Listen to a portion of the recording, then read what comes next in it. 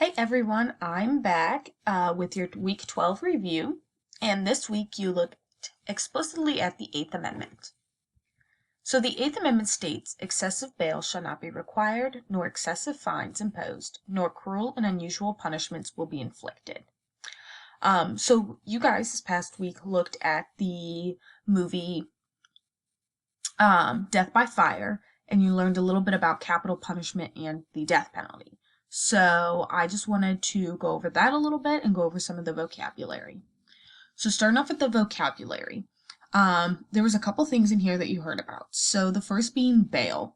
So I want to explain what bail is. So when you're arrested, prior to going on trial, you can be kept in jail. However, you also have the option of bail, and so this is money that an accused person pays that allows them release until their trial date. You don't always go to trial right away. You are guaranteed a speedy trial, but sometimes it does take like a couple months. And so instead of people sitting in jail until that time, they can pay bail. And that bail is just stating that they will for sure show up to trial. So that's what that says. It says excessive bail shall not be required. So that's what bail is. The second part is nor excessive fines imposed. And fines are a penalty of money someone must pay as a punishment for their crime. It's a certain type of punishment, but it's a monetary one. And then the last one was the nor cruel and unusual punishment inflicted. So cruel and unusual punishment. And so that just means the punishment is way too severe for the crime committed. This would be like, you got a speeding ticket. You are not going to be put to death for a speeding ticket. Like, that is cruel and unusual. So this is just making sure that there is nothing, that the crime committed fits the punishment that you are given. So you guys looked at the Death by Fire movie. And so this movie was about Cameron Todd Willingham, and he was convicted of killing his 3 children in arson, which is the fire. It said he set fire to his home purposefully and killed his 3 children. So he was given the death penalty and executed in 2004. I'm not going to go too much into this because you guys should have watched the video.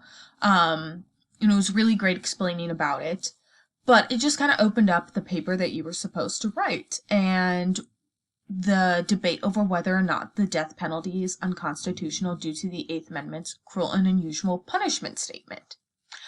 So I kind of wanted to dive into that a little bit more about why people believe that it is cruel and unusual punishment and why it is such a hot topic that people talk about.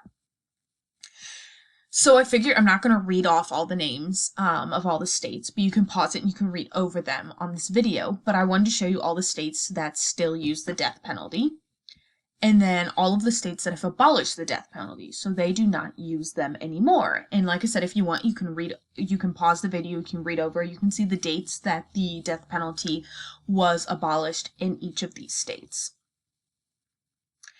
And then I wanted to go over some Supreme Court cases that are really big in capital punishment. And capital punishment is the same thing as the death penalty. So the first one being Furman versus Georgia. So this was the first case. So this case happened in 1972, and it started a ban on capital punishment. This was enacted by the Supreme Court. This was a very short ban because in 1976, Gregg versus Georgia happened, and this was capital punishment was allowed to be reinstated in the United States. So not going too much into the details of the case, but basically in Furman versus Georgia, the Supreme Court said that the way that capital punishment was happening in the United States was not really constitutional. So a lot of states revised how they were doing it and then represented the case in Gregg versus Georgia, and that is what allowed the capital punishment to be reinstated in the United States.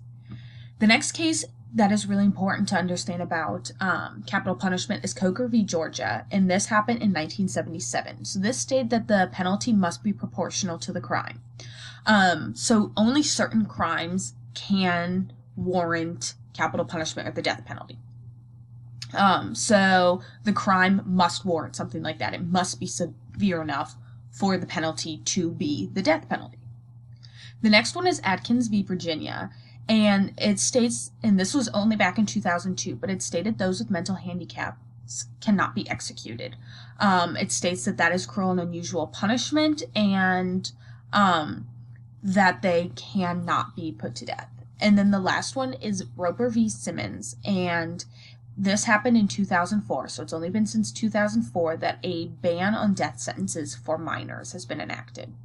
So as you can see, there are a lot of rulings and stipulations put in place for the death penalty, and they have tried many different cases in order to see what does not fit under that term of cruel and unusual punishment and what is considered cruel and unusual punishment in these cases. So I just kind of wanted to talk about why is it still debated. So one of the statistics is since 1973, 156 people have been exonerated and released from death row. So that's from the ACLU. So that's 150 people who were on death row. The court said that they did it and that they did the crime and that they should be put to death. However, in a new trial, it was proven that they actually did not commit the crime. So that means that they were exonerated.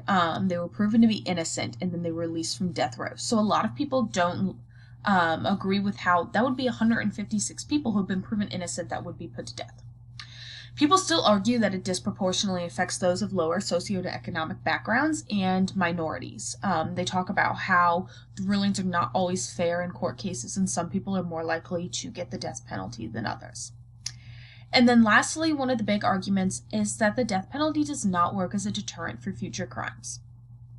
They're saying the fear of death coming is not enough for people to stop committing certain crimes. Some people are just going to do it no matter what, and knowing that this is an option is not going to stop them.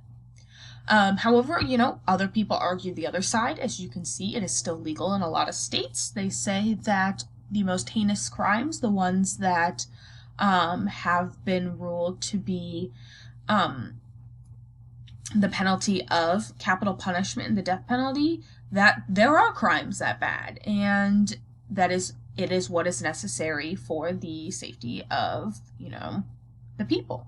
So that is just, one of the other arguments that is used. But yeah, it was just something you guys really should think about as citizens and people who live in the United States, whether or not you agree that the death penalty is cruel and unusual punishment, or in the cases that it has been approved for, that it is not cruel and unusual punishment. But I just wanted to go into that a little bit more and try and help explain some things. As usual, if you have any questions, please reach out and we will be more than happy to answer them for you.